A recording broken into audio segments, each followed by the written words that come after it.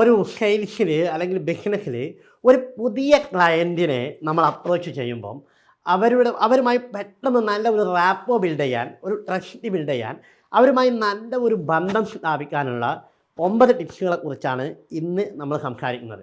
അൻഷാർ മുഹമ്മദ് പറ്റിയും. അപ്പം സെയിൽസിൽ ഓരോ പുതിയ ക്ലയൻറ്റും വളരെ ഇമ്പോർട്ടൻ്റ് ആണ്. നമ്മുടെ ഒരു ഫസ്റ്റ് ഇംപ്രഷൻ തന്നെ അവർക്ക് നമ്മളെ ഇഷ്ടമായാൽ മാത്രമേ ആ ക്ലയൻറ്റ് പിന്നീടുള്ള കോൺവെർസേഷൻ മുന്നോട്ട് കൊണ്ടുപോകുള്ളൂ. അപ്പം ബിസിനസ്സിൽ ഓരോ കസ്റ്റമറും വളരെ പ്രധാനമാണ്. അപ്പം നമ്മുടെയൊക്കെ കസ്റ്റമർ എന്ന് പറഞ്ഞാൽ ഒരു പുതിയ കസ്റ്റമർ വന്നു കഴിഞ്ഞാൽ മില്യൺസ് റിയാലിൻ്റെ ബിസിനസ്സാണ് നമുക്ക് അവരിൽ നിന്ന് ഒരു വർഷം തന്നെ കിട്ടാൻ പോകുന്നത്.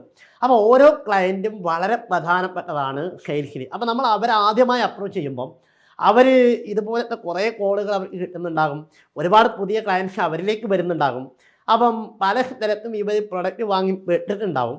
അപ്പം ഈ ഒരു മുഖവരയോടുകൂടെ അല്ലെങ്കിൽ ഈ മുൻവിധിയോടുകൂടെ ആയിരിക്കും പലപ്പോഴും ക്ലയൻറ്റ് നമ്മൾ വിളിക്കുമ്പോൾ, കോൺടാക്റ്റ് ചെയ്യുമ്പോൾ, അവരെ മീറ്റ് ചെയ്യുമ്പോഴൊക്കെ അവർ പ്രതീക്ഷിക്കുന്നതാണ്. അപ്പം അത് മാറ്റി അവരുമായി നല്ല ബന്ധം സ്ഥാപിക്കുക എന്നുള്ളതാണ് ഏറ്റവും പ്രധാനം. അപ്പം അവരുമായി നല്ല റാപ്പോ ബിൽഡ് ചെയ്ത് ട്രസ്റ്റ് ബിൽഡ് ചെയ്താലേ പിന്നെ നമ്മുടെ പ്രൊഡക്റ്റിന് പിച്ച് ചെയ്യാനും പ്രൊഡക്റ്റിനെ കുറിച്ച് പറയാനും പിന്നെ സെയിൽസ് ക്ലോസ് ചെയ്യാനൊക്കെ നടക്കണമെങ്കിൽ ഈ ഒരു സംഭവം, ഈ ഒരു റാപ്പോ ബിൽഡ് ചെയ്തിരിക്കണം. അപ്പം അതിന് ഏറ്റവും ഒന്നാമതായി വേണ്ടത് ആക്റ്റീവ് ലിസണിങ് ആണ്. നല്ലവണ്ണം ശ്രദ്ധിക്കണം. നമ്മൾ അവരുമായി സംസാരിക്കുമ്പം നമ്മളപ്പോൾ മൊബൈലിൽ കളിക്കുക, നമ്മുടെ മൊബൈലിലേക്ക് എന്നൊരു മെസ്സേജ് വരിക. അപ്പോൾ ഇങ്ങനെ നോക്കുക. അപ്പോൾ അയാളുമായി സംസാരിച്ചുകൊണ്ടിരിക്കുമ്പോൾ മൊബൈൽ ഇങ്ങനെ വരുമ്പം ഒന്ന് മൊബൈലിലേക്ക് ഇങ്ങനെ നോക്കുക, അല്ലെങ്കിൽ ഒന്ന് അങ്ങോട്ട് നോക്കുക, ഒന്ന് ഇങ്ങോട്ട് നോക്കുക. ഇങ്ങനെ നോക്കി കഴിയുമ്പം അവരെ നമ്മൾ ലിസൺ ചെയ്യുന്നില്ല. അത് അവർക്ക് കൊടുക്കുന്ന ഒരു റെസ്പെക്റ്റാണ്. കാരണം അവരെ റെസ്പെക്റ്റ് ചെയ്യുന്നതിൻ്റെ തുല്യമാണ് അവർ പറയുന്നത് ആക്റ്റീവായി ലിസൺ ചെയ്യുക എന്നുള്ളത്. രണ്ടാമത്തെ ഒരു പ്രധാനമായ കാര്യം, നല്ല എമ്പതി വേണം നമുക്ക്. നമ്മളൊരു എമ്പതിയുള്ള ആളായിരിക്കണം. അയാളുടെ ഒരു പെർസ്പെക്റ്റീവിൽ നിന്ന്, ക്ലയൻറ്റിൻ്റെ പെർസ്പെക്റ്റീവിൽ നിന്ന് ചിന്തിക്കാനും അയാൾ ഈ മേഖലയിൽ, ഈ പ്രൊഡക്റ്റുമായി ബന്ധപ്പെട്ട ഈ മേഖലയിൽ അയാൾ ഫേസ് ചെയ്യുന്ന അയാളുടെ പെയിൻ എന്തൊക്കെയാണ്, അത് അയാളുടെ കണ്ണിലൂടെ കാണാൻ ഒരു സെയിൽസ്മാന് സാധിക്കണം. എങ്ങനെയെങ്കിലും നമ്മുടെ പ്രൊഡക്റ്റ് അങ്ങോട്ട് പിച്ച് ചെയ്യുക, അത് വാങ്ങാൻ വേണ്ടി പുഷ് ചെയ്യുക എന്നതിലപ്പുറം അവരുടെ ഒരു പെർസ്പെക്റ്റീവിൽ കാര്യങ്ങൾ നോക്കിക്കാണാൻ, നമുക്ക് പ്രൊഡക്റ്റ് വാങ്ങുന്നവരാണ്.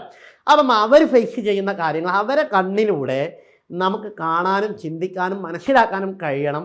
അതാണ് എമ്പതി എന്ന് ഞാൻ പറഞ്ഞത്. അപ്പോൾ ആ ഒരു എമ്പതി ഉണ്ടെങ്കിലേ നല്ല ഒരു ബന്ധം ഉണ്ടാവുള്ളൂ. അവരുമായി പെട്ടെന്നൊരു റാപ്പോ ബിൽഡ് ചെയ്യണമെങ്കിൽ, ട്രസ്റ്റ് ബിൽഡ് ചെയ്യണമെങ്കിൽ നല്ല എമ്പതി വേണം. അത് നമ്മൾ ഷോ ചെയ്തേ പറ്റും. മൂന്നാമത്തത് ക്രെഡിബിലിറ്റി വേണം.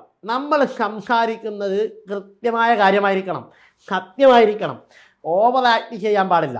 നമ്മൾ പറയുന്ന ഒരു കാര്യം, ഇപ്പം നമ്മൾ പറയാം അവിടെ ആ പ്രൊഡക്റ്റ് അവർക്ക് കൊടുത്തത് ഞങ്ങളാണ് എന്ന് പറയുമ്പോൾ ഇയാൾ അറിയുന്ന ആളായിരിക്കും ചിലപ്പോൾ അത്. അപ്പം അവിടെ നമ്മൾ നുണ പറഞ്ഞാൽ പോയി, നമ്മുടെ ക്രെഡിബിലിറ്റി അതോട് കൂടെ പോയി. ഇപ്പോൾ ഞാൻ കഴിഞ്ഞ നോമ്പ് കാലത്താണ് ഒരു ക്ലയൻറ്റിനെ മീറ്റ് ചെയ്തു. അപ്പം മീറ്റ് ചെയ്ത സമയത്ത് ഞാൻ പറഞ്ഞു ഇന്ന വർക്ക് നമ്മളാണ് ചെയ്തത്. അപ്പം അദ്ദേഹം ചോദിച്ചു, അപ്പോൾ ഇന്ന ആളെ നിങ്ങൾ അറിയുമോ എന്ന് ചോദിച്ചു. അപ്പോൾ ആ കമ്പനി അദ്ദേഹത്തിന് അറിയാം. അപ്പോൾ ആ കമ്പനിയുടെ ബോസിനെ നിങ്ങൾ അറിയുമോ എന്ന് ചോദിച്ചു. അപ്പം ഞാൻ അറിയും, ഇന്ന ആളല്ലേ എന്ന് ഞാൻ ചോദിച്ചു. യെസ്. അപ്പം ക്രെഡിബിലിറ്റി ബിൽഡ് ചെയ്തു. അപ്പം ഞാൻ പറയുന്നത് സത്യമാണ് എന്ന് ബോധ്യപ്പെട്ടു. അപ്പം ഈ ക്രെഡിബിലിറ്റി ഭയങ്കരമാണ്.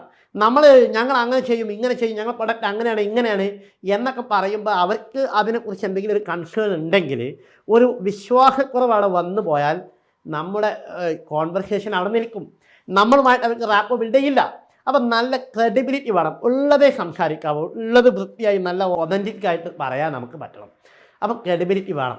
നാലാമത്തത് ഫൈൻഡ് എ കോമൺ ഗ്രൗണ്ട്. ഒരു പൊതു പ്ലാറ്റ്ഫോമിൽ അഥവാ അവരുടെ ഇൻട്രസ്റ്റ്, അവരുടെ താല്പര്യങ്ങൾ ഇതെല്ലാം ഫൈൻഡ് ചെയ്ത് നമ്മളും അവരോടൊപ്പം മാച്ച് ചെയ്യുന്ന രൂപത്തിലേക്ക് മാറണം. ഇപ്പം ഞാനൊരിക്കൽ ഒരു ക്ലയൻറ്റിനെ വിളിച്ചു. അപ്പം ഞാൻ കമ്പനിയെക്കുറിച്ച് ഒന്ന് ജസ്റ്റ് ഒന്ന് പരിചയപ്പെടുത്തി, എന്നെക്കുറിച്ച് പരിചയപ്പെടുത്തി. അപ്പം ഞാൻ ചോദിച്ചു, നിങ്ങൾ എവിടെയാണുള്ളത് എന്ന് ചോദിച്ചു. അപ്പം അദ്ദേഹം ഇന്ന സ്ഥലത്ത് ഇന്ന മോളിലാണുള്ളത് എന്ന് പറഞ്ഞു. അപ്പം ഞാൻ പറഞ്ഞു, അവിടെ നമ്മൾ ഒരു ഷോപ്പ് ചെയ്തിട്ടുണ്ട് എന്ന് പറഞ്ഞു. അപ്പോൾ ഏതാണ് ആ ഷോപ്പ് എന്ന് ചോദിച്ചു. അപ്പോൾ ആ ഷോപ്പ് പറഞ്ഞപ്പം ആ ഷോപ്പിൻ്റെ അടുത്താണ് ഇയാൾ ഉണ്ടായിരുന്നത്. അദ്ദേഹം അവിടെ പോയി അത് കണ്ടു, അന്വേഷിച്ചു. അപ്പം നമ്മളാണ് ചെയ്തത്. അപ്പം ഒരു കോമൺ ഗ്രൗണ്ട് എപ്പോഴും ഉണ്ടാക്കിയെടുക്കുക എന്നതാണ്. ഇപ്പോൾ അവരുടെ പ്രൊഡക്റ്റ് നമ്മളുമായി മാച്ച് ചെയ്യുന്നതായിരിക്കും, അവരുടെ സർവീസ് നമ്മളുമായി മാച്ച് ചെയ്യുന്നതായിരിക്കും. ഒരു കോമൺ ഇൻട്രസ്റ്റ് ഉണ്ടാക്കിയെടുക്കുക എന്നതാണ്. ഇപ്പോൾ ഒരു പ്രോഗ്രാമിന് പോയ ഒരാളെ ഞാൻ ഇന്ന തരത്തിൽ പ്രോഗ്രാം ചെയ്തിട്ടുണ്ട്. അപ്പം അദ്ദേഹം ആ പ്രോഗ്രാം അദ്ദേഹത്തിൻ്റെ ഫ്രണ്ട്സിന് വളരെ ഇൻട്രസ്റ്റ് ഉള്ള പ്രോഗ്രാമാണ്. അപ്പം യെസ് എന്ന് പറഞ്ഞു. അപ്പോൾ അത് പറഞ്ഞപ്പം അദ്ദേഹത്തിന് അത് ഭയങ്കര ഇഷ്ടമായി. അതൊരു കോമൺ ഗ്രൗണ്ടിലേക്ക് കൊണ്ടുവന്നതുകൊണ്ടാണ്. അപ്പോൾ ഫൈൻഡ് എ കോമൺ ഗ്രൗണ്ട്. വേറെ അഞ്ചാമത്തേത് as open ended question. Open ended ആയ ക്വസ്റ്റ്യൻസ് നമ്മൾ ചോദിച്ചുകൊണ്ടേയിരിക്കണം. കാരണം നമ്മൾ റാപ്പോ ബിൽഡ് ചെയ്യാണ്, ട്രസ്റ്റ് ബിൽഡ് ചെയ്യാണ്. അപ്പം നമ്മൾ അല്ല കൂടുതൽ സംസാരിക്കേണ്ടത്, അവരാണ് കൂടുതൽ സംസാരിക്കേണ്ടത്. അപ്പോൾ ഏതൊരു കോൺവെർസേഷൻ ആണെങ്കിലും ക്വസ്റ്റ്യൻ ചോദിക്കുന്ന ആൾക്കാണ് പവർ. കാരണം നമ്മൾ ഐഡിയലി നമ്മൾ കണ്ടീഷൻ ചെയ്തിരിക്കുകയാണ്. ഒരാൾ ഒരു ക്വസ്റ്റ്യൻ ചോദിച്ചാൽ അതിന് ഉത്തരം പറഞ്ഞേ പറ്റും. ഒരു ചോദ്യം വന്നാൽ അതിന് ഉത്തരം പറഞ്ഞേ പറ്റും. മനുഷ്യൻ അങ്ങനെ കണ്ടീഷൻ ചെയ്ത് വെച്ചിരിക്കുകയാണ്. ഓപ്പൺ എൻഡഡ് ആയിട്ടുള്ള ക്വസ്റ്റ്യൻ, അഥവാ യെസ് ഓർ നോ എന്ന രൂപത്തിൽ ഉത്തരം പറയാൻ കഴിയാത്ത ഡീറ്റെയിൽ ആവശ്യമുള്ള ക്വസ്റ്റ്യൻസുകൾ നമ്മൾ ചോദിക്കണം.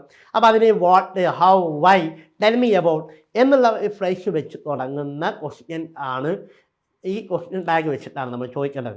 അപ്പം നമ്മളിപ്പം ചോദിക്കുന്നു, പിന്നെ what are the challenges you are facing എന്ന് നമ്മൾ ചോദിക്കുമ്പോൾ, അപ്പോൾ അവരുടെ പ്രൊഡക്റ്റിൽ ആ ഒരു മേഖലയിൽ അവർ ഫേസ് ചെയ്യുന്ന ചാലഞ്ചസുകളൊക്കെ അവർ പറയും.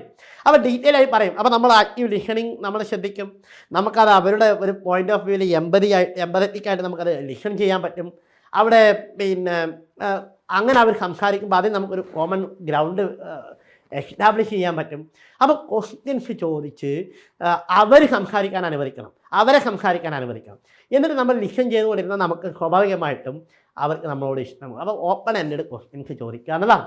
വേറെ ഒന്ന്, ആറാമത്തെ ഒരു കാര്യം എന്ന് പറഞ്ഞാൽ മിറർ ആൻഡ് മാച്ചിങ് ആണ്. അതൊരു NLP ടേമാണ്. നമ്മൾ അവരുമായി സംസാരിക്കുന്നു, അവരുടെ ബോഡി ലാംഗ്വേജ് നമ്മൾ മാച്ച് ചെയ്യുന്നു, അവരുടെ ടോണിൽ അവർ വളരെ ഫാസ്റ്റായിട്ട് സംസാരിക്കുകയാണെങ്കിൽ നമ്മളും ഫാസ്റ്റായിട്ട് സംസാരിക്കണം. അവർ വളരെ സ്ലോ ആയിട്ട് സംസാരിക്കുകയാണെങ്കിൽ നമ്മളും ആ ഒരു സ്ലോ പേസിലായിരിക്കണം സംസാരിക്കുന്നത്. അവരുടെ ടോൺ നമ്മൾ മിറർ ചെയ്യണം. അതേപോലെ തന്നെ അവരുടെ വേ ഓഫ് കമ്മ്യൂണിക്കേഷൻ. അപ്പം ഇതെല്ലാം മിറർ ആൻഡ് മാച്ചിങ്.